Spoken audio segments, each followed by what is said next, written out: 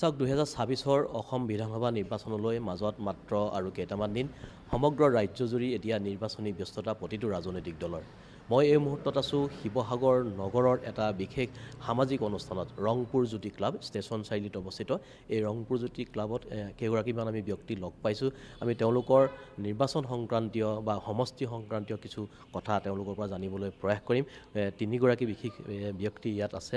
শিৱসাগৰৰ সমাজ জীৱনৰ এটা উল্লেখযোগ্য অনুষ্ঠান ৰংপুৰ জ্যোতি ক্লাব, আৰু এই ৰংপুৰ জ্যোতি ক্লাবত বিভিন্ন সময়ত বিভিন্নজনে আহি ইয়াত সমাজৰ বিভিন্ন দিশ সম্পৰ্কত আলোচনা বিলোচনা কৰে। ৰাজনৈতিক কথা বতৰাই হওক, সামাজিক, অৰ্থনৈতিক, সাংস্কৃতিক ক্ৰিয়া যি কি নহওক, ইয়াক বিভিন্ন পৰ্যায়ৰ আলোচনা বিলোচনা হয়।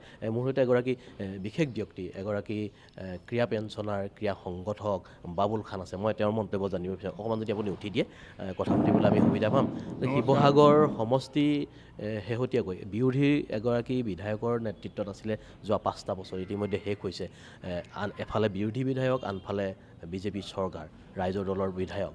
আৰু এনে প্ৰেক্ষাপটত এই সমষ্টিটোত আপোনাৰ দৃষ্টিৰে কেনেধৰণৰ উন্নয়ন যোৱা সময়খিনিত আপুনি প্ৰত্যক্ষ কৰিছে? নমস্কাৰ।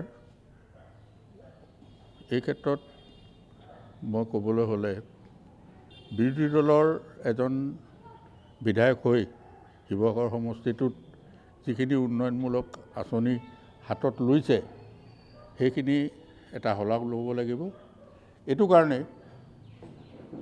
মই ক্ৰীড়াৰ লগত জড়িত থকা এজন ব্যক্তি, সুদক্ষ। আমি প্ৰায় স্বাধীনতাৰ প্ৰাক মুহূৰ্তৰ পৰা আমি ঐতিহাসিক দৰবাৰ খেলপথাৰখনত আমি এটা পেভিলিয়ন বিচাৰি আছিলোঁ, আৰু তাত কিছু মাটি বেদখল হৈ আছিলে। সেই বিৰোধী দলৰ নেতা হিচাপে, তেওঁ বিধায়ক হিচাপে তেওঁৰ যিটো পদক্ষেপ, 3 মাহৰ ভিতৰত তেখেতে সেই বেদখলি হৈ থকা মাটি উচ্ছেদ কৰিলে আৰু তাত 2টা সুন্দৰ পেভিলিয়ন বনাই দিলে। আৰু কিছুদিনৰ পিছতে আমি আনুষ্ঠানিকভাৱে উদ্বোধন কৰিম। সেইটো কাৰণে তেখেতক আমি ধন্যবাদ জনাইছোঁ। অন্য হাতেদি শিৱসাগৰৰ এটা আমাৰ ডাঙৰ এটা সমস্যা আছিল। আমি বিশেষকৈ ইছলাম ধৰ্মীয় লোকসকলৰ হজৰ কথা বতৰা পতা মেলাৰ ক্ষেত্ৰত আমাৰ এটা স্থায়ী ভৱন নাছিল। আমি বহুতবাৰ বিভিন্নজনৰ ওচৰত এই বিষয়লৈ তেখেতলোকক আবেদনো কৰিছিলোঁ, কিন্তু হৈ নুঠিল। কিন্তু আজি প্ৰাক মুহূৰ্তত এজন বিৰোধী দলৰ নেতা হিচাপে, তেওঁ চৰকাৰী পক্ষত নাই, তথাপিও তেওঁৰ সংসদ পুঁজিৰ MLA পুঁজিৰ পৰা তেখেতে 5 লাখ টকাৰে হজ ভৱনটোৰ আধাৰশিলা ৰাখি গ'ল। সেইটো শিৱসাগৰৰ ৰাইজৰ কাৰণে এটা ভাল পদক্ষেপ, আৰু আমি নথৈ সুখী হৈছোঁ। সুদূৰ ভৱিষ্যত তেখেতে যদি পুনৰ বিধায়ক হৈ আহে, আৰু আহিব, আমাৰ বিশ্বাস আহিব, আৰু আহিলে আৰু দৃঢ়তাৰে কাম কৰিব বুলি আমি আশা ৰাখিছোঁ। ধন্যবাদ জনাইছোঁ। মোৰ সৈতে আৰু দুগৰাকী বিশিষ্ট ব্যক্তি উপস্থিত আছে। মই তেওঁলোকৰ মন্তব্য জানিব বিচাৰিম। আপোনালোক এতিয়া নতুন যি ডিমৌ বিধানসভা সমষ্টি তাৰ অন্তৰ্গত হৈছে, কিন্তু পূৰ্বতে আজি তাৰিখলৈকে অন্ততঃ এই নিৰ্বাচনৰ আগলৈকে আপোনালোক শিৱসাগৰ সমষ্টিৰে ব্যক্তি বা আপোনালোক ভোটাৰ।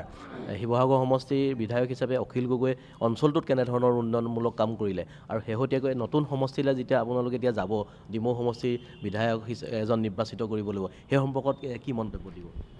বিশেষকৈ আমি এতিয়া পৰ্যন্ত শিৱসাগৰ ভোটাৰে হৈ আছোঁ, আৰু বিৰোধী দল হিচাপে অখিল গগৈ যিমানবিলাক উন্নয়ন কাম কৰিলে, অখিল গগৈ এই 5 বছৰৰ ভিতৰত ৰাইজক অকণমান মৰম লগাব পৰা ব্যৱস্থা কৰি যিবিলাক কাম কৰিলে, সেই কামখিনিৰ কাৰণে শিৱসাগৰবাসীয়ে অখিল গগৈক আশা কৰে। আৰু তাৰ উপৰিও শিৱসাগৰ সমষ্টিৰ পৰা কেইবাজনো আগতে মিনিষ্টাৰ হৈ গ'ল। তেখেতসকলে খুব কামৰ ওপৰত গুৰুত্ব দি ঢেৰ কথা কয়, কিন্তু কাম সম্পূৰ্ণ নুঠিলে।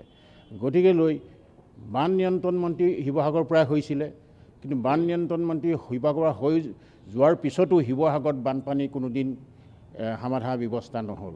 অখিল গগৈ যিবিলাক কাম কৰি আছে, বিশেষকৈ ৰাইজৰ দলৰ হওক বা অন্য বিশেষ কিবা দল সংগঠনৰ হওক, তেখেতে ৰাইজৰ যিবিলাক কাম কৰে সকলো কামবিলাক উন্নয়নমূলক কাম কৰে। সেইকাৰণে ৰাইজে তেখেতক ভাল পায়, আৰু ৰাইজৰ মাজলৈ যাবৰ কাৰণে তেওঁ উৎসাহভাৱে গৈ ৰাইজৰ কথা ক'বলৈ সুবিধা পায়। চৰকাৰখনে যথেষ্ট কাম কৰিছে। ডক্টৰ হিমন্ত বিশ্ব শৰ্মাই কৈছে যে যথেষ্ট উন্নয়নমূলক কাম হৈছে বা বিভিন্ন প্ৰান্তত আমিও প্ৰত্যক্ষ কৰিছোঁ যে উন্নয়নমূলক কামো যথেষ্ট হৈছে। চৰকাৰখনৰ কাম কাজক লৈ সুখীনে? চৰকাৰখনে কাম কাজলৈ সুখী হ'ব পাৰে বহুত মানুহ আৰু হৈছেও, কিন্তু চৰকাৰখনে এতিয়া যিবিলাক আছে নতুন নতুন আঁচনি 1500-1200 টকাৰ পৰা আৰম্ভ কৰি যিবিলাক টকা পইচা লেনদেন কৰিছে সেইবিলাক যে স্থায়ী হ'ব সেইটো এটা ডাঙৰ কথা। গতিকেলৈ টকা পইচাতে মানুহ আহিবৰ কাৰণে টকা পইচাৰ ওপৰত মানুহ সুদ ববৰ কাৰণে চৰকাৰে যিটো ব্যৱস্থা কৰিছে সেইটো হ'ল পাৰ্মানেণ্ট বা এটা ব্যৱস্থা নহয়।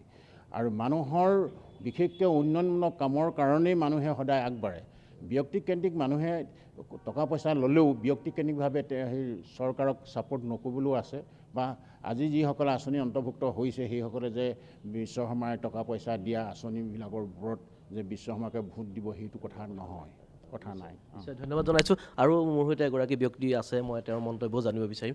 আপুনিও পুৰণা শিৱসাগৰ সমষ্টি আৰু এতিয়া নতুন ডিমৌ সমষ্টিৰ ভোটাৰ, কি ক'ব এই বিষয়টোৰ সন্দৰ্ভত যে কেনেধৰণৰ উন্নয়ন দেখিলে, কি উন্নয়ন কৰিবলগীয়া আছে, বিশেষকৈ শিৱসাগৰ সমষ্টিটোত পুৰণা শিৱসাগৰ সমষ্টিয়ে ধৰক কেনেধৰণৰ উন্নয়নমূলক কাম আৰু কৰিব লগা আছে বা যোৱা সময়খিনিত কি দেখিলে?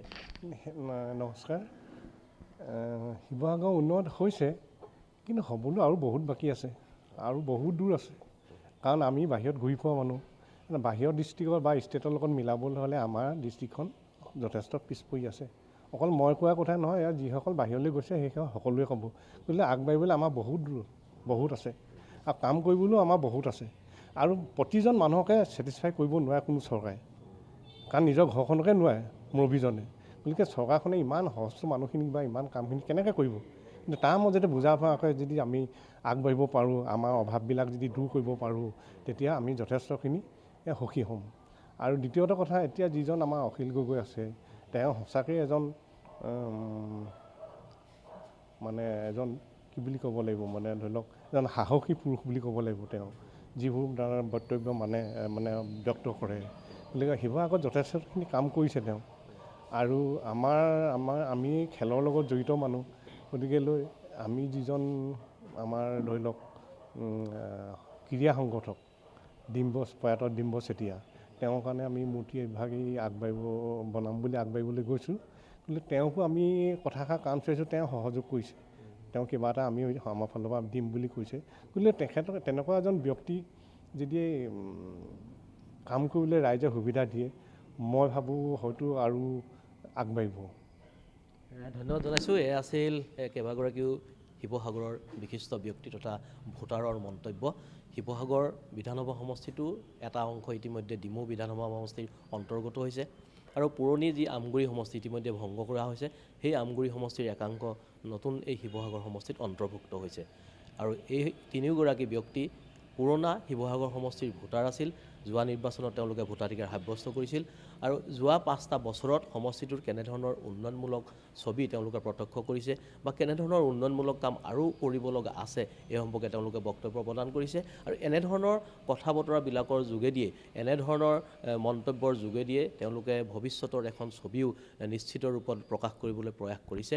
অহা বিধানসভা নিৰ্বাচনত কেনেধৰণৰ এগৰাকী জনপ্ৰতিনিধি শিৱসাগৰ সমষ্টিৰ ৰাইজে বা ডিমৌ সমষ্টিৰ ৰাইজে বিচাৰে, তেওঁলোকে তেনেধৰণৰ বক্তব্য প্ৰদান কৰিছে। অৱশ্যে সকলো কথাৰ কাৰণে আমি অপেক্ষা কৰিব লাগিব আগন্তুক বিধানসভা নিৰ্বাচনৰ যিদিনা ফলাফল ঘোষণা কৰিব, সেই দিনটোলৈ কোন আচলতে শিৱসাগৰ বা ডিমৌ বিধানসভা সমষ্টিৰ পৰা বিধায়ক হিচাপে নিৰ্বাচিত হৈ যাব।